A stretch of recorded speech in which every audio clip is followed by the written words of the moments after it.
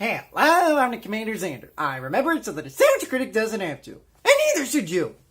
She was working in a bridal shop in Flushing, Queens, till her boyfriend kicked her out in one of those crushing scenes. What was she to do? Where was she to go? She was out on her fanny. So, over the bridge to the Flushing to the Sheffield's house. She was there to sell makeup. The father saw more. She had style. She had flair. She was there. That's how she became the nanny.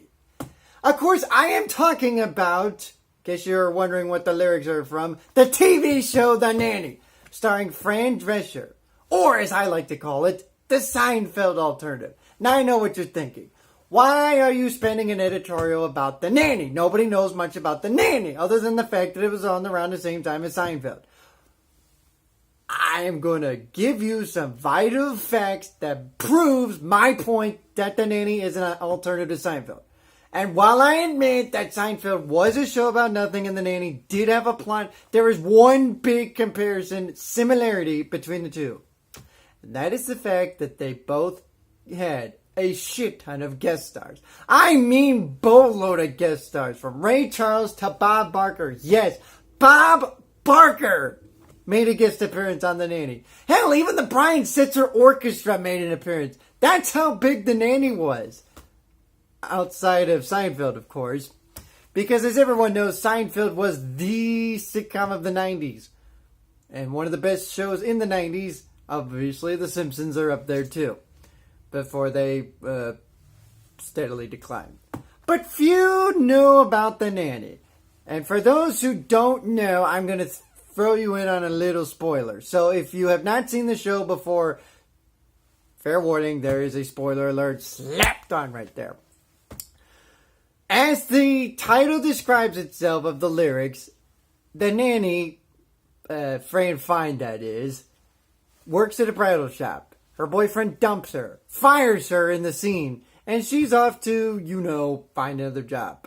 In comes Maxwell Sheffield, a Broadway producer who is in desperate need to replace his mother. Sound familiar, Full House fans?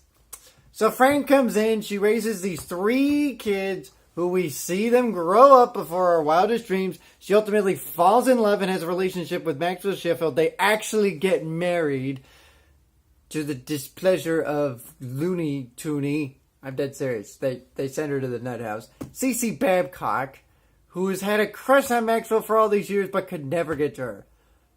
So she ultimately falls for the butler, Niles.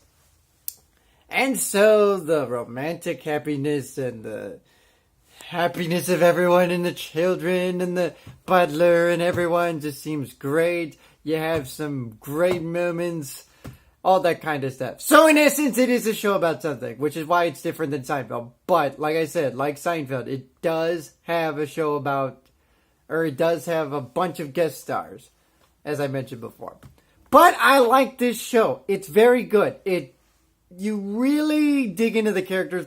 Much like any show that can last a long time, it's all about character development. We see the characters develop over the course of the 5 or 6 seasons that the show was on.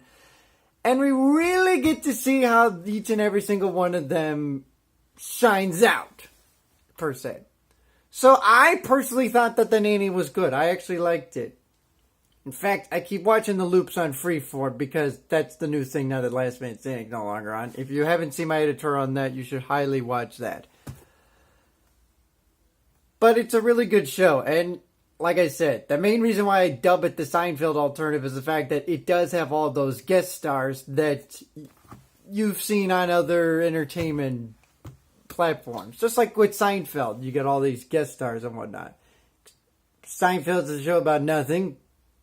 Nanny does have a plot, but they both have character development, very well character development, and they have guest stars. What more can you say? This is proof that I believe that The Nanny is the alternative to Seinfeld. And if you have not seen The Nanny, then you are missing out, because by golly, this is one terrific show.